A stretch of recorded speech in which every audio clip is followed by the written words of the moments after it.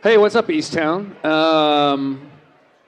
The teacher in me wants to tell you to stop talking, but I'm not going to do that. I love that you're talking. Hey, my name is Evan. I'm on the leadership team here at Eastown, and I've got to be really honest with you. I was a little shocked that, they've let anybody in here with a Niners jersey on, much less on stage. Patty, I don't know. Clint is somewhere very angry. Yeah. Anyway.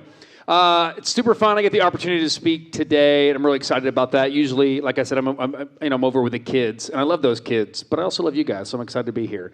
I have no horse in the race this afternoon, but if you'd like me to cheer for somebody, I take cash or check or any of those kind of things.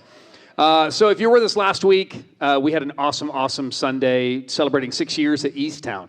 My wife and I have had the opportunity to be here since the very beginning, so it's been really cool to see it grow. And I love the rollout of our new mission statement. I think it embodies who Eastown is and wants to continue to become. And so, I don't know, that was really fun. And the tacos were delicious, right? Like that was awesome. For me, it was a cool challenge too, because if you weren't here, I would encourage you to listen to it. But Clint and Michael drew a triangle, and I need simple images, so that was great, of this up, in, and out relationship. And that was such a challenge for me to kind of evaluate and say, okay, where are my strengths? Where can I continue to improve? Where can I continue to become the follower of Jesus that he wants me to be? And so I was really looking forward to that. Today, we get to finish out our series that we've been going over, Simply Begin Again. And again, the teacher and me wanted to pop quiz you and see if we could make it through all of the R's that we've gone through.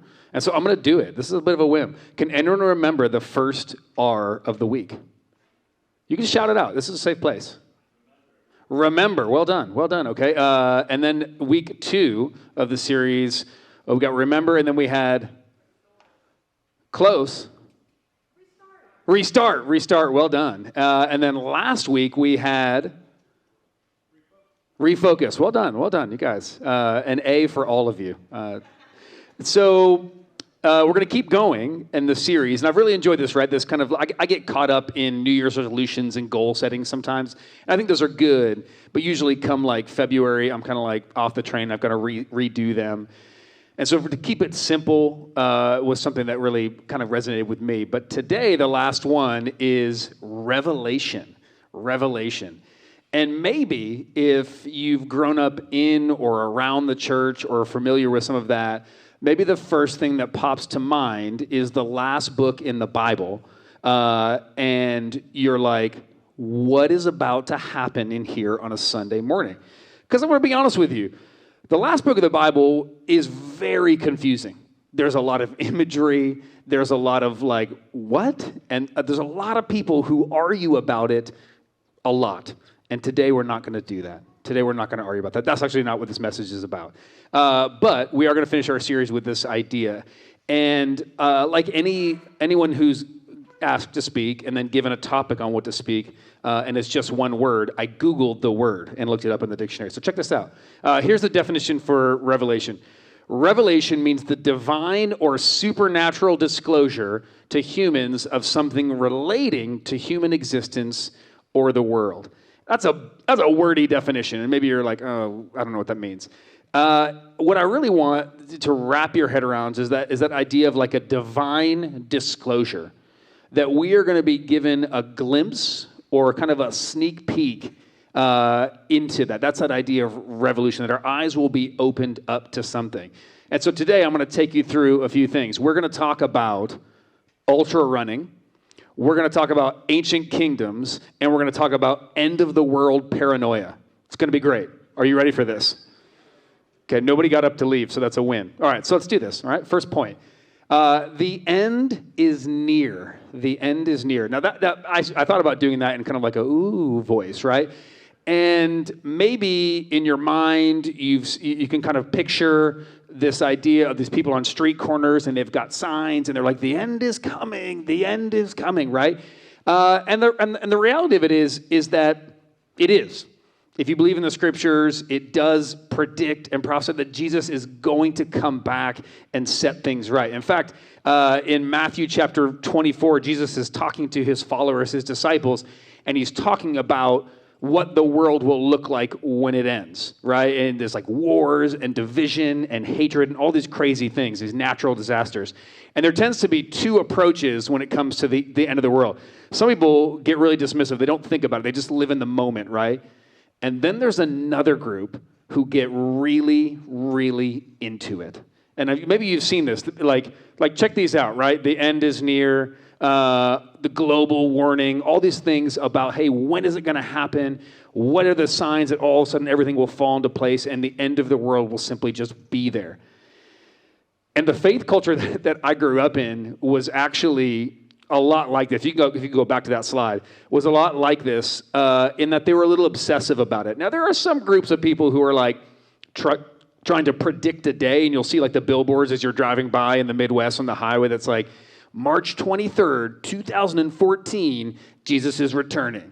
And then the date goes by, and those people are like, we did the math wrong, ran the algebra a little weird, but it's going to happen in 2017. And then that date goes by, and they're like, okay. One thing I will tell you is we do know, like it's very clear, Jesus says, like, we don't know the time or the day or the place, like when it's going to happen. In fact, he talks about it coming like a thief in the night, this end of the world.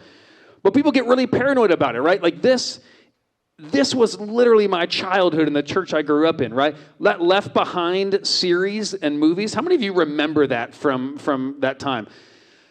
I was so scared. Now, Kirk Cameron right there was like the Ryan Reynolds of low-budget Christian movies, right? Like everybody was like, we love him. I'm just kidding. No one's like Ryan Reynolds. No one. But those were so popular. And I can remember sitting in these like hard pews in my church sweating as my pastor was also sweating and yelling like, the end of the world is coming when this happens and it's combined with this and it's combined with this. Jesus will return. And I remember being scared. I remember thinking to myself, well, not yet. Like, I'm not ready. I got things to do. Like, I want to get married. I want to have kids. I want to, do all of those things. I got a life to live. I want to have a job. I want to do all of those things. And so I was like, kind of praying, kind of wishing to Jesus, like, hey, can you hold off on that a little bit so I can do all of the things that I want to do? Because I don't really want you to come back just yet. But a lot of times what's really interesting about some of these approaches, which is one, to just kind of like not think about it, or two, to be like, I'm all in on this. Like I think it's going to happen at this point, is the end is coming, is what we do is we often disassociate from what we need to do here and now. And my point of that is you can't predict the end, right? But what ends up happening is nobody who is saying like the end is near and it's coming soon is like, and it's happening in 2,000 years. So we really ought to make this world a better place while we're here.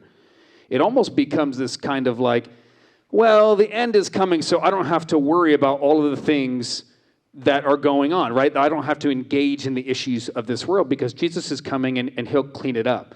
Right, one of my favorite artists drew this picture of Jesus like a janitor. And sometimes I think in Christian circles, we treat him like that. Like, I don't have to worry about all the wrong that's done in the world. He'll come in and just kind of mop up the mess that we've made. But imagine if somehow we knew, this is just a pretend situation, somehow we knew that Jesus was going to come back in 1,000 years. And it was our responsibility as followers of Jesus to get us there. Would we treat those around us differently? Would we treat our world differently, right? Like, there's a bit of a climate crisis going on in our world today. But I think a lot of times we think, well, Jesus will come back and set things right. No worries, right? We don't have to be engaged with that or think it's our problem or think it's our issue, right? There's wars and division and hatred. They're like, we keep as humanity creating, like, let's pick just nuclear weapons, for example, and we have thousands and thousands of them. Some of them we don't know where they're at. Like, we've lost track of them. And we're like, don't worry about it. Like, we'll figure it out. Jesus will come back. It's not really our problem. But what if we engaged with it in a way where we thought it was, where we said, hey, Jesus has actually not just called us to follow him, but also called us to set things right here and now along the way, to continue to treat people with dignity and with kindness, to be people of peace until his return. And we don't know when that is. And so Jesus actually has this plan for us while we wait for the end, right? The end is coming. The end is it's on its way. But I think instead of sitting and saying, I just can't wait for it to get here, or sitting here and just saying, well, I don't want to think about it, like, It's not my problem. I think Jesus wants us, I believe Jesus wants us to engage in this world as followers of him and bring his values to normality almost here. And so there's this idea that Jesus will come back and set things right again. But in the meantime, we need to be his image bearers or his standard bearers until he returns. And so maybe that language is a little bit weird for you, like image bearer or standard bearer. But this idea of the fact that his kingdom is coming. And that's my second point, right? Is that Jesus' kingdom is coming. And there's a ton of verses in the Bible that talk about this idea of Jesus' kingdom. And if you're familiar with the Lord's Prayer, there's even that line in there that says, hey, his kingdom come, his will be done. And we don't really think in the context, I think, of the kingdom. That's kind of ancient language. But when you think about a kingdom, like most of the ones during the time of Jesus and before, are usually marked by rulers who are really hungry for power, who want to keep their power, who want to expand their power. And so a lot of times their characteristics and their values are marked by war, competitiveness, struggle, and there's a hierarchy, right? And people are represented by their king and by their lives within that kingdom. And so you think about like ancient Rome and ancient Greece and all of the, if you're into history, which I am, we can deep dive that later if you want to. These kingdoms they all have characteristics, and usually they are about struggle and more and power and all of these things. And we don't necessarily live in that structure as much anymore, but we still are dominated in society by kingdoms. And a lot of times those kingdoms of today are kind of the same values, right? Of jealousy, of conflict, of desire for more, of war, people taking advantage of another, the kingdom of like ourselves, right? But when Jesus comes, and when he came to earth and when he's teaching, he talks a ton about his kingdom and being a part of his kingdom. And if you read through while his disciples are following him and and other people are listening to him speak, they get kind of like excited when he uses kingdom language, but they're missing the point. When he's using kingdom language, they're like, yes, Jesus is here to overthrow the Romans. If you know a little bit about history, the Romans are controlling the Jewish people, and the Jewish people really want to overthrow them and set up their own kingdom. And they've been waiting for the Messiah, the Savior, to come and kind of like make them free. And Jesus comes, and a lot of people are like, it's the Messiah. He's going to save us from the Romans. And they missed the mark that, no. Jesus is not just going to save us from the Romans. He's going to save us from ourselves, right? He's going to give us a life, and a life more full than we've ever known. But instead, they get kind of messed up in the political. They get kind of messed up in the struggle, and they say, Jesus, save us from that. Like, that will be the answer if we're just not under Roman oppression anymore. But Jesus, throughout his teaching in the New Testament, keeps reminding them that he's bringing a kingdom that is eternal, that will last forever. And the values of that kingdom are actually totally different than society at that time, or even today. Right? When we look around at society, I don't know that the values out there in society are all ones we want to ascribe or kind of like go after. Instead, Jesus comes to rule with justice and mercy and grace and compassion and forgiveness and ultimately love. And when we, like as members of his kingdom, when we say we are members of his kingdom, we are bearing his standard or his image, we act out these values, and we actually bring about his kingdom here and now.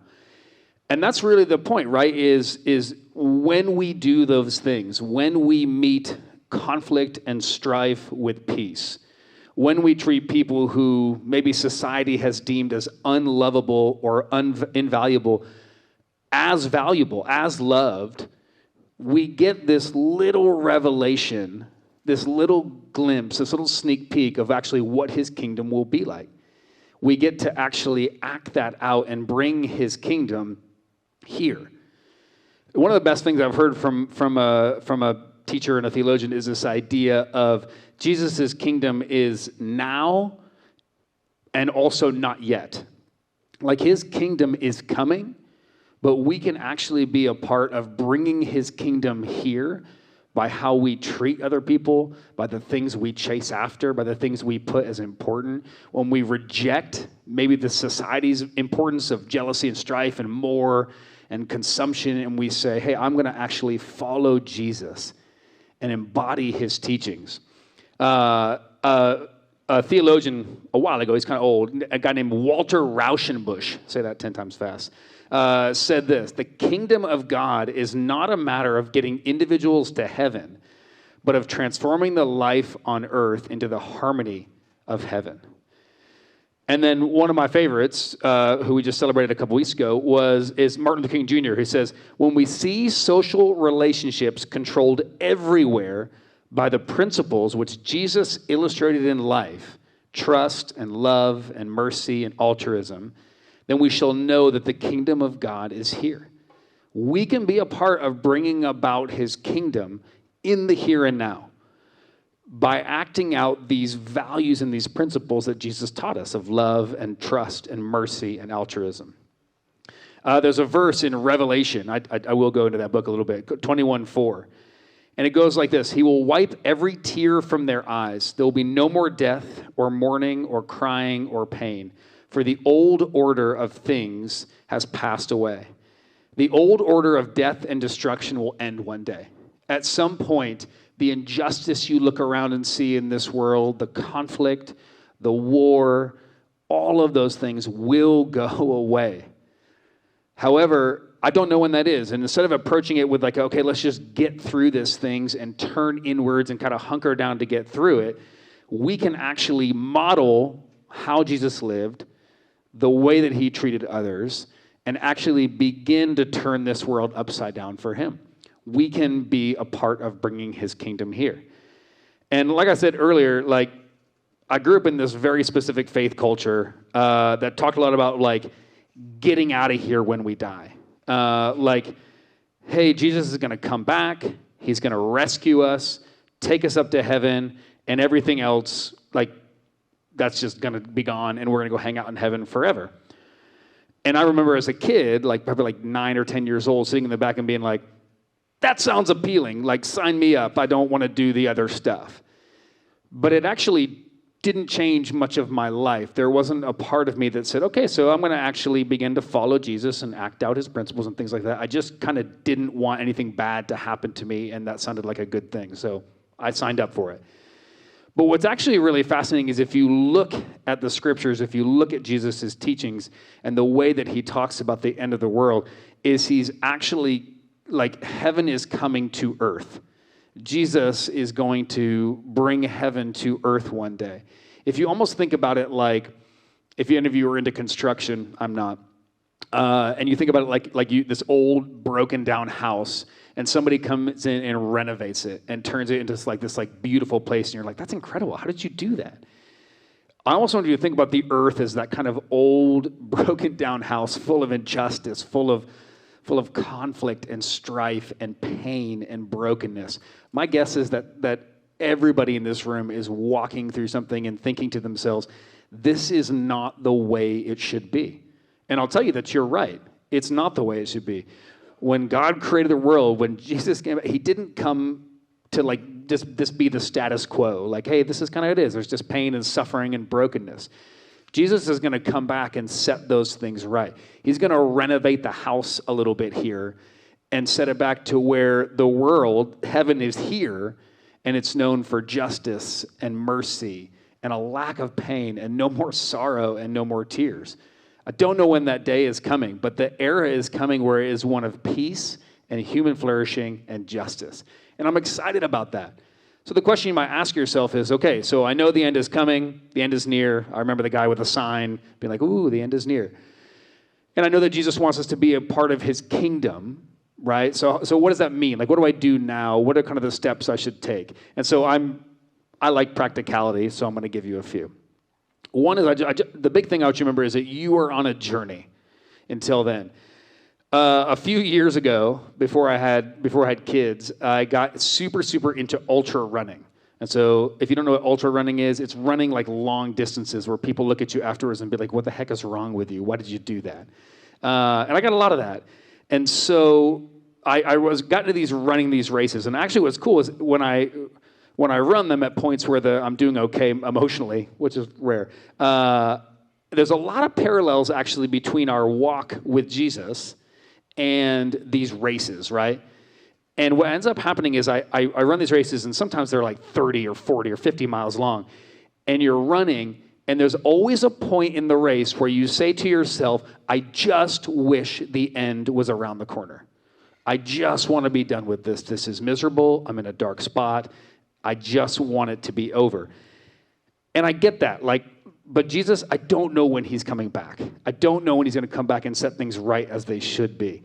But you are on this race with me, right?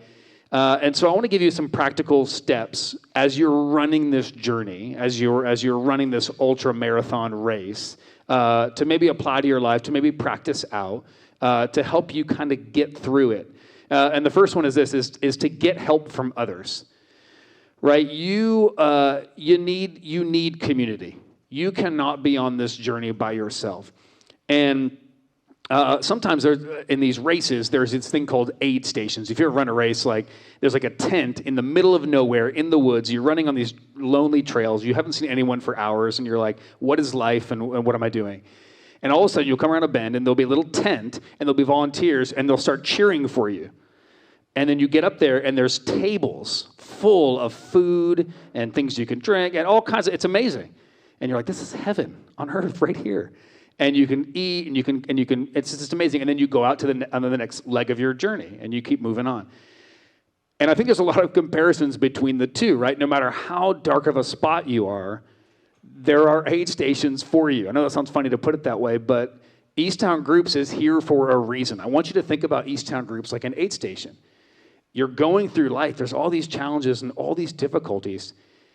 And I want you to imagine a group of people ready to give you what you need, help you out in your journey, cheer for you, encourage you, and walk you through those difficult times. This one time I was running this race in Santa Barbara, and I lost my water bottle, which is very on brand for me. And so I was really thirsty, and it was really hot, and it was when there was all those fires down there. It was really smoky, and I was like, I'm going to die. And I really thought I was. It was so hot, and I was in a dark place. And I came around the corner, and my heart rate was high, and this guy at the aid station, I was like, I don't know if I can do this. And he literally said to me, he goes, okay, come here, sit down. He dumped ice over my head, which was an incredible feeling. He gave me food, he filled up a new water bottle and gave me that water bottle. And he did all of these things, and I just sat there. And then after a few minutes, he was like, okay, it's time for you to get up and keep moving. And the encouragement and the challenge in that moment, got me through. I would have just been like, okay, I'm just going to wander off into the woods and lay down and die. But he got me through that moment. And I'm telling you, from groups that I've been in, there have been people who got me through the moment.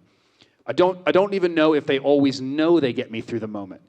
But just their encouragement, their challenge, a word from Jesus through them has gotten me through it. So I would encourage you, jump into a group. The depth of relationship that you can have outside of a Sunday morning with people who are walking through the same thing is incredible. You saw the slide. There was 11 groups. That's pretty amazing. But do life with people. It is one of the biggest pieces of advice I can give you.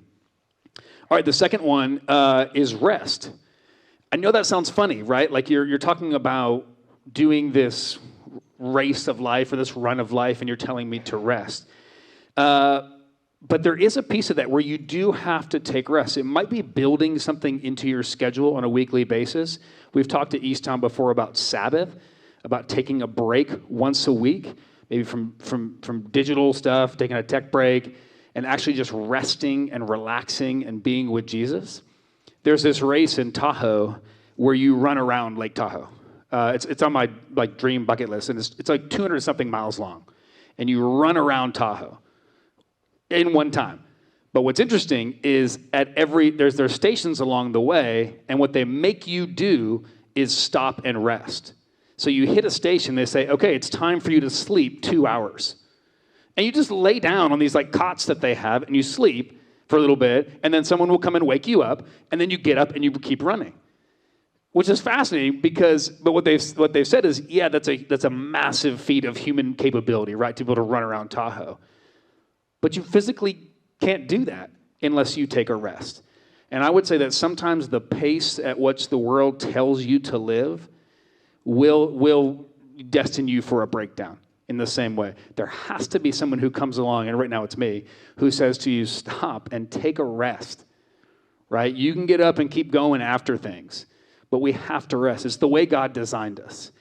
And then the third one is that I would just tell you is to be a part of Jesus' kingdom here and now. It can be easy for me, and every time I run these races, it's really easy for me to miss the moment. A lot of times they're in the woods in the middle of nowhere, and all these and you're like climbing these mountains, and you see these beautiful views. And there's been so many times where I've gotten to the top of the mountain, and I've said, I hate it. Like this is awful. Like just get me to the end, and I miss the moment. I miss oh, this is actually really beautiful. Like I'm out here. This is incredible.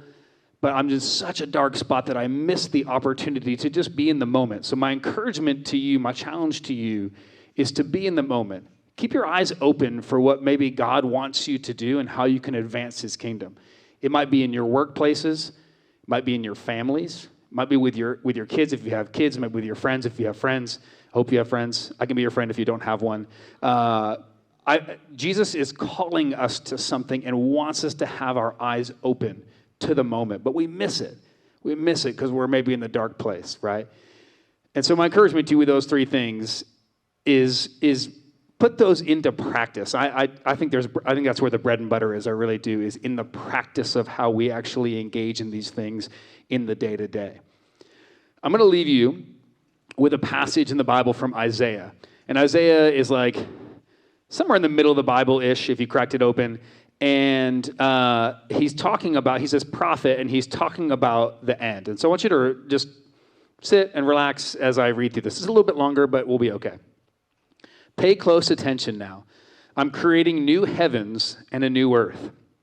All the earlier troubles, chaos, and pain are things of the past, to be forgotten. Look ahead with joy. Anticipate what I'm creating. I'll create Jerusalem as sheer joy. Create my people as pure delight. I'll take joy in Jerusalem. Take delight in my people. No more sounds of weeping in the city. No cries of anguish. No more babies dying in the cradle or old people who don't enjoy a full lifetime. 100th birthdays will be considered normal. Anything less will seem like a cheat. They'll build houses and move in. They'll plant fields and eat what they grow. No more building a house that some outsider takes over. No more planting fields that some enemy confiscates. For my people will be as long-lived as trees. My chosen ones will have satisfaction in their work. They won't work and have nothing come of it. They won't have children snatched out from under them. For they themselves are plantings blessed by God.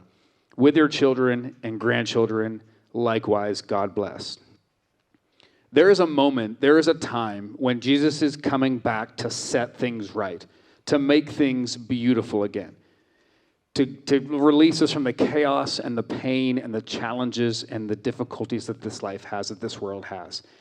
And while we wait for that beauty, the question that I want you to ask yourself is this: how am I bringing about his kingdom in my life and my community while I follow him? When we do that, we'll often get a revelation, a glimpse, or a sneak peek of what heaven will be like. Let me pray. God, we're thankful for who you are and how you love us. And God, I know that this world can be challenging. God, there are people in this room who are walking through difficult things. And sometimes we wait and hope for the end, God. But I pray for strength. I pray for encouragement. God, I pray for just community to surround this room. As you help us get through those challenges. And we realize that you are coming back one day to set things right, to make things beautiful again. But that you have a plan, God, for us to help make those things beautiful, to bring your kingdom about and turn this world upside down for you. Amen.